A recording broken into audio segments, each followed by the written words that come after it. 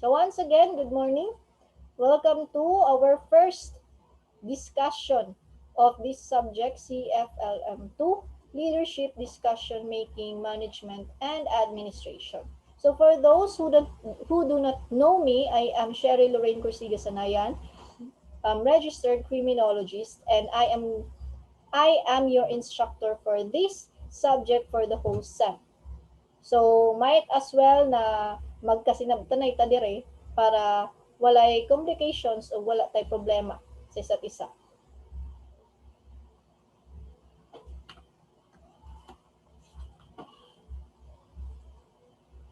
So, understanding self-leadership. Self-leadership and the essential role that it plays in an organization's performance will be discussed here in this chapter. Okay? So, according to Stephen Covey, personal leadership is not a singular experience. It is rather the ongoing process of keeping your vision and values before you and aligning your life to be congruent with those most important life, to be congruent with the most important things. So meaning, when you say personal leadership, when you say personal, it talks about your personal, yourself, right? Now, when you say personal leadership, it is not singular experience because how are you going to learn things, to learn the things of being a leader, being a good leader if you are not going to learn it from other people? Ika nga sa kasabihan, a good leader is a good follower. Now, how are you going to learn and to know the things that you need to do in order for you to be called a good leader if you are not once became or become a follower? Right? Wala lang siya kuan ba? How are you going to be a good teacher if wala ka ni agi o pagka-estudyante? How are you going to understand the emotions or mga hinaing sa isa ka estudyante kung wala ka ni agi o pagka-estudyante? Right? Inana. So like me, no, I am once a student and now I am an instructor. So therefore, I understand na the things na mga common problems when it comes to the students. Samot na karon nga new normal na ta. Right? So therefore, I resort to method of in order for you or for all of you to be catered, no, nag-record ko og discussion nato para tong mga uban nga absent or wala naka-appeal din sa atong klase makaapas paghihapon sa tong discussion. Now, going back to personal leadership, again, it is not a singular experience. No, you cannot experience it within yourself lang. Kung ikaw lang. No, you are going to learn and to experience it with other people, with interacting with other people, aligning your life, diba? Aligning your life, aligning your ideas, your perspective with other people in order for you to see eye to eye.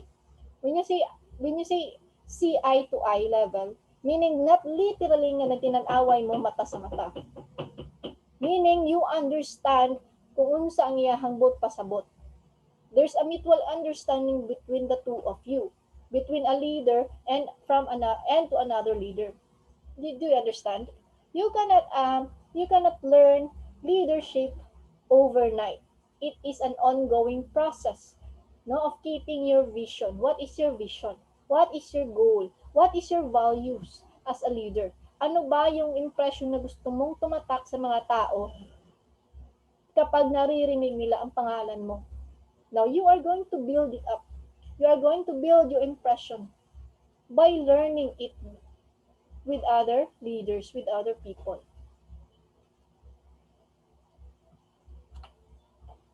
Now, according to Mahatma Gandhi, good government is no substitute for self-government. What does it mean? A good government daw is dili siya substitute for self-government. When you say self-government, you govern the government, you govern an organization based sa imong personal desires. Okay? Now, talking about government, let's talk about the government here in the Philippines. Diba, daghan kaayo gusto maghimong president because they have personal agendas, because they want power, no? Mainly not because they want to help the country, but because they want to have a power. They want to have that power, that supremacy, kasi sila ang president, walay makabalibad nila. They can do whatever they want, di ba? And no questions asked. That is self-government. Now, if we talk about leadership when it comes to an organization, no, for example, sa SSG or sa organization diri organization sa ato ang student council, okay, sa ato ang department. If the leader or if the head of the student council, diba, na ay mga personal agenda, that is self-government. Na nagahatag siya o nagabuhat siya decisions based sa iyang personal desires. Hindi niya nilulook out or nilulook after yung welfare sa kadaghanan. Ang iyahan lang is ma-obtain or ma-achieve niya ang iyahang desires. Mao na ang self-government. And that is not a good government. Okay? Ang self-government also is not a self-leadership. Okay? When you say self-leadership, my God, you lead yourself. You lead yourself as an example to other leaders, to other people, to other followers, to other members. Diba? You follow rules because you wanted your members or your subordinates to follow your rules also. Mura lang na siya kuan ba? If gusto nimo respetoon ka sa ubang tao, show them that you respect yourself. Now if you are going to show them that you respect yourself, and indeed that you are respecting yourself, then you do things that are not disrespecting yourself. That is not disrespectable sa imong sarili against yourself. Diba? Dili ka mubuhat ang mga butang nga dili ka respeto sa imuha, nga kabastos-bastos sa imuha. Because your end goal is for others to respect you. Now, set them as an example. Show them an example na how are they going to properly treat you. Show them that you respect yourself. Do things na ka-respeto. Now, kapag nakita nila how you treat yourself, then they're going to copy it. They're going to copy how you treat yourself. Now, if you're going to treat yourself less respect po ang ilang ihatag sa imuha. That is self-leadership. If you wanted others or your members to follow you, follow the rules first.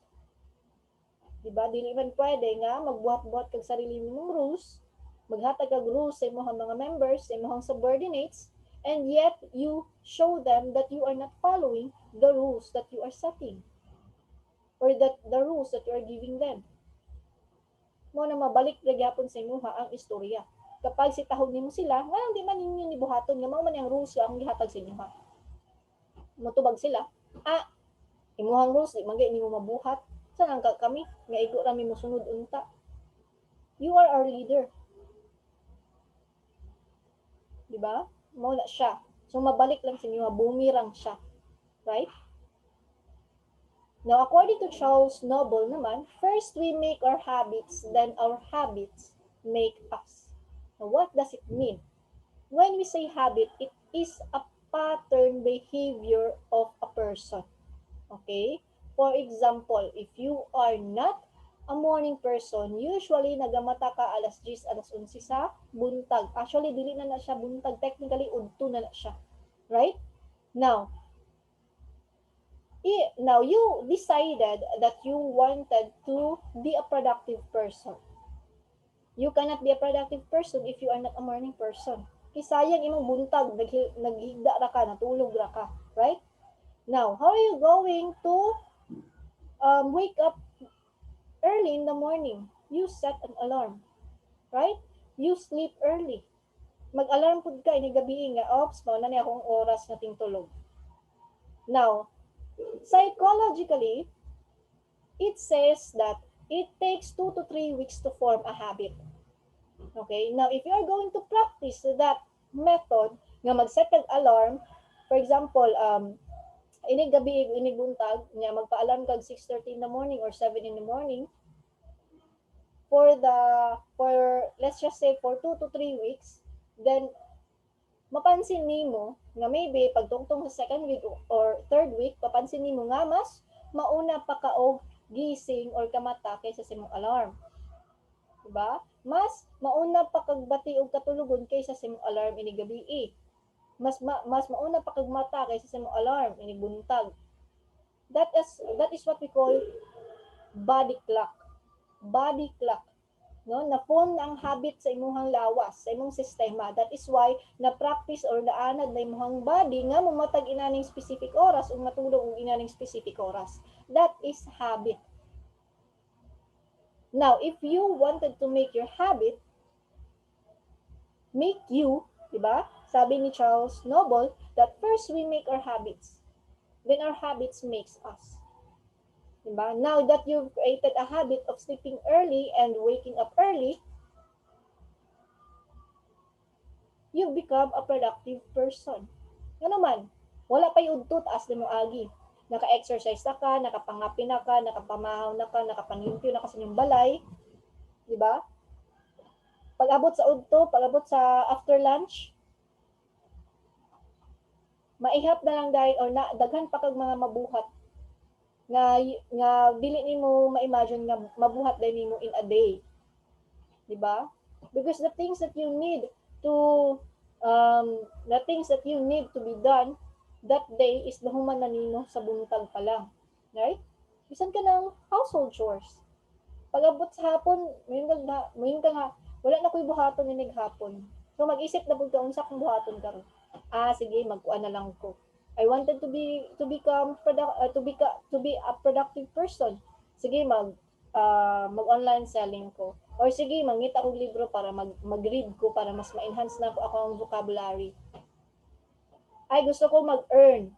Unsa bay mag-earn og extra income? Unsa bay in karong panahon na? Unsa bay trending or trendy karong panahon na? Ana. That makes you a productive person. Taas kay kag agi sa kaadlaw. Now that action mismo or that moment na taas sa kag agi, your habit makes you, no? Your habit makes you a productive person. Right? Did you see the cycle? First, you make your habit. Now that you've created your habit, sleeping early and waking up early, your goal is to become a productive person. Now kapag nabuo na nimo imong habit, buhaton na nimo ang next step nimo to become productive. Diba? Because of your habit, because of you waking up early, you achieve your goal. You become a productive person. See? Inana na siya. It is a domino effect. At first, dili nimo ma-imagine, dili nimo makita ang relevance sa duha. But it is a domino effect. No, kailangan mong dominoes, di ba? Nga kapag tumbahon na nimo, magsunod-sunod dada sila katumba. No? Chain reaction, kumbaga.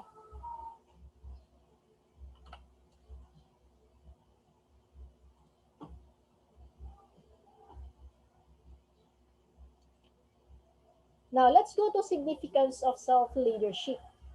Self-leadership is the first stage or leadership level. Self-leadership is of great importance to the staff, whether managers or ordinary subordinates. When you say ordinary subordinates, it could be the clerks, mga other staff, mga minor staffs sa office or sa organization, or mga clerks, just like what I said earlier, di ba? So first, self-leadership allows leaders or senior officers who undergo very little or no supervision to prepare and set targets on their own, as well as to control their own self to execute such plans. See?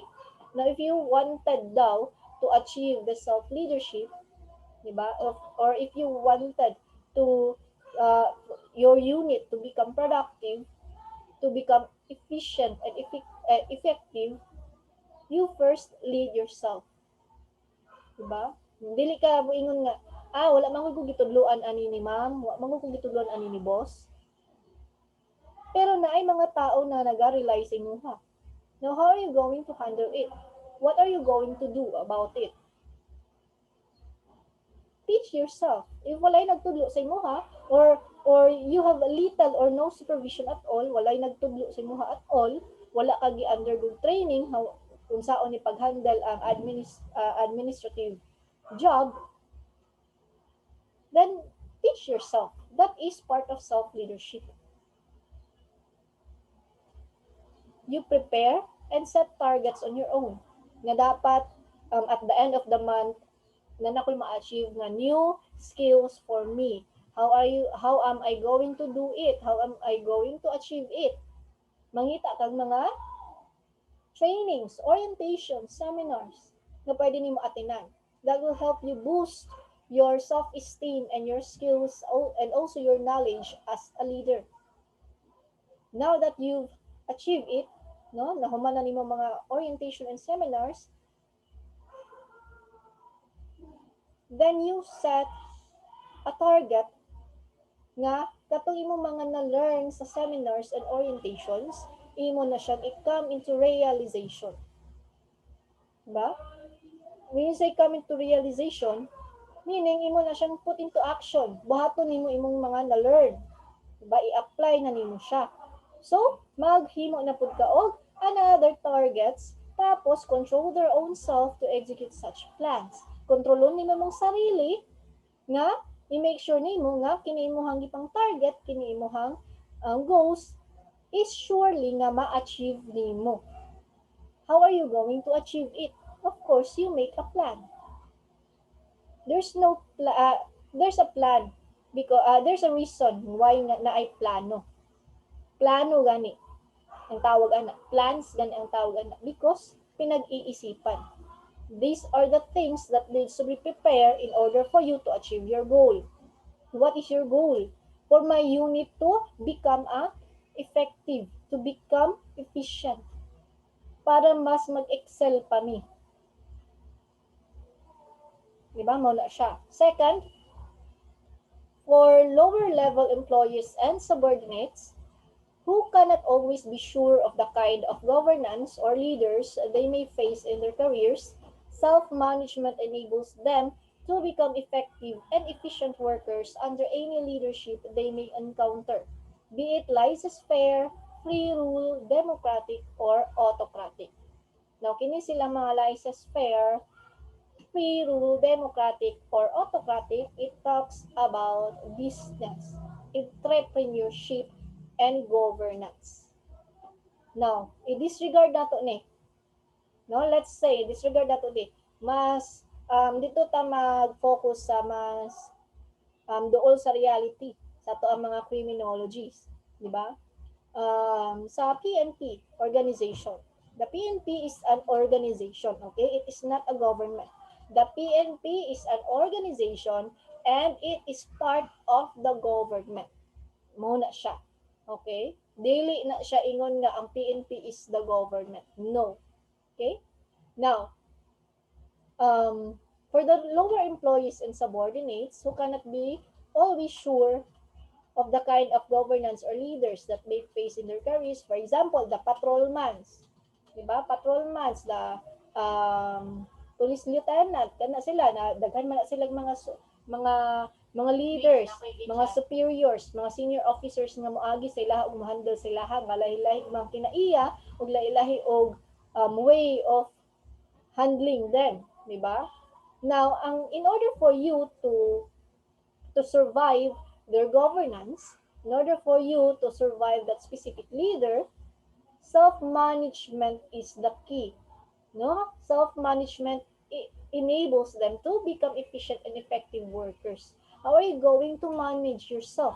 For example, if you are not happy with the governance or with the leadership of your senior, no, or of your officer, you look over to it. No, you take a step back and look at the bigger picture. Nga kini ba iya mga gipangsugo sa kuha? Para lang ba ni sa iyaha? Personal agenda ba ni siya? Or ang result ani is pangkalahatan? Meaning, for the welfare of everybody. Para ba sa kaayuhan, kumbaga. Now, if makita nimo nga iyang mga commands, iyang mga sugo is para sa kaayuhan sa kadaghanan, para sa safety sa inyong area of responsibility, then iset aside ang inyong personal prejudice sa iyaha. That is what we call self-management. You know how to segregate your personal feelings or emotion sa inyong work. That is also what we call professionalism. Did you understand? Daghan magud kay sa tuwa nga adik o ganan ani niya. So tanan na lang niyang ipang istorya, dili na to ganahan, dili na to paminawon, ginasulod lang nato sa atong pikas dalunggan, ginapagawas sa pikas dalunggan pod. Because we have prejudice sa iyaha. When you say prejudice, we have personal judgment sa iyaha because we have personal hate against that specific person. Muna nga bias kaayo nga to ang feelings o gato ang opinions when it comes to that person. Nga, magdita, mungkin na, imungin na maminaw, ana-ana. Isog mungkin na, sige na, panugo. Pero na-overlook ni mo nga ang iyang mga sugo, ang iyang kamaldita is para na di ay gihapon sa kaayuhan sa inyuhang tanan, sa inyuhang unit, sa inyuhang organization. Now, if you are that kind of member, permintigid ka magreklamo. Because na-overlook nimo or na-disregard nimo ang iyahang point, ganong stick to siya, ganong masuko siya kung inani or inana ka. No, wala nimo na-apply ang self-management. Wala nimo na-segregate imong personal emotion sa imong trabaho. Wala kay, sa laktod nga pag-istorya, wala kay professionalism. Di ba? So, daghan kay siya domino effect ng gihapon. Ang self-leadership is also, ang self-leadership is also applicable or is also self-management that helps you to achieve professionalism. Third, it helps make individual decision makers proactive, focused, and autonomous. When you say autonomous, pangkalahatan. People who do not have a strong sense of self-leadership tend to feel that they are not in control of themselves, frequently lose concentration, and easily get frustrated. Okay, easily get frustrated daw kapag wala kay self-leadership. Again, just like what I said earlier, self-leadership is also self-management. If you know how to manage yourself as a leader, then ma-achieve din mo ang self-leadership. If you know how to manage your emotion, your anger, your frustration, if you know how to manage your drive, di ba? Then you achieve the self-leadership. Kini mga individual decision makers, kinsam ni sila, the leaders. Because most commonly and most probably sila ang nagahatag yun og mga or most of the time sila ang nagahatag mga decisions, sila ang nagabuhat og mga decisions. They need to be focused and autonomous. Pangkalahatan dapat ilang decision for the welfare of everybody. Dili lang sa mga pipila lang katao. Now, if ang leader nimo or ikaw nga leader is not dili isog imong sense of self-leadership, meaning huyang ka nga pagka-leader, dali ra ka ma-distract, dali ra ka mawad-an og gana, Dali ra ka ma-discourage, dali gamay problema or gamay aberya sa inyong mission or sa inyong trabaho, mawad-an na din ka gana, ma-discourage dayon ka, then you frequently lose concentration. Mawala ka sa concentration to lead your people. Now, kung mawala ka sa imuhang concentration to lead your people, dili nimo ma-monitor kung sakto ba ang ilang gipangbuhat. Now, kung mali-mali na tanan nilang gipangbuhat, then what is the outcome? Mali pud, palpak. Then you get frustrated because wala ninyo na-achieve inyong goal. Tapos sisihon din nimo ang imuhang mga members, mga subordinates. Ikaw man gud, pataka na magud buhat ana, di ba akong gigon inana. Then take a break. Di ba? Take a break, take a breather. Step back ulit. Tapos before you blame your people, assess yourself. Unsa ba akong kulang as a leader? Nganong palpak ang amuang outcome? Ay kulang po sa monitoring. Ay kulang po sa supervising. Ay kulang po sa inaning aspeto. Init ra kay kong ulo. Wala kay ko naghatag sila og specific and clear instruction on how they're going to do it. Then, blame yourself for the kapalpakan, not your people. Because your people, your subordinates, are only following the instructions that you are giving to them. Right? Now, if your instructions are not clear and you lack of supervision, you lack of monitoring your subordinates, then expect that your outcome is palpak. Diba? Failure. So, muna siya. Assess yourself first before blaming your members. Mamagod na ang perminting malimtan ba?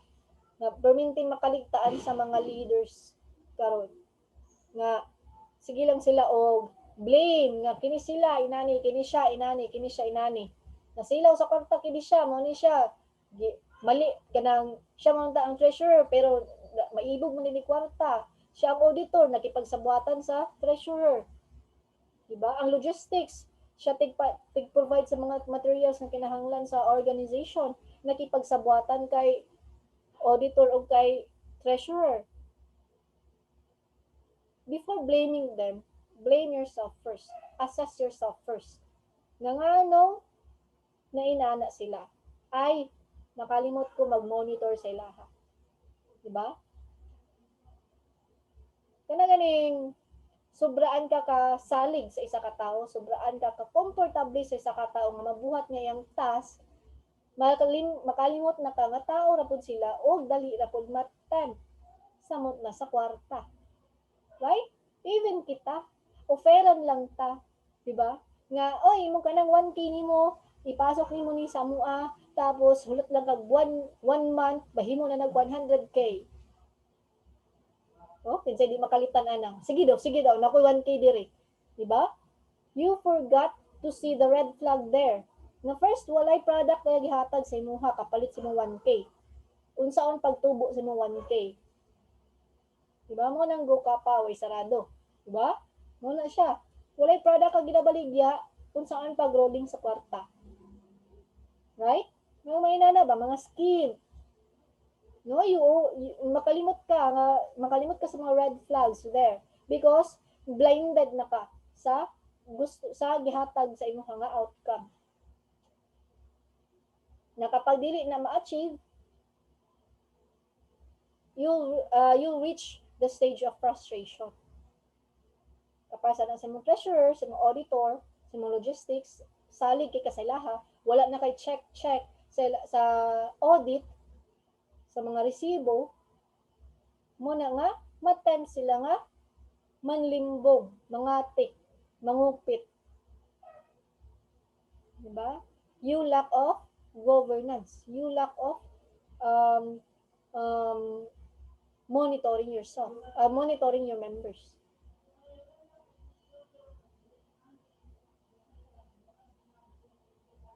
Now we have less than 4 minutes nga nabilin.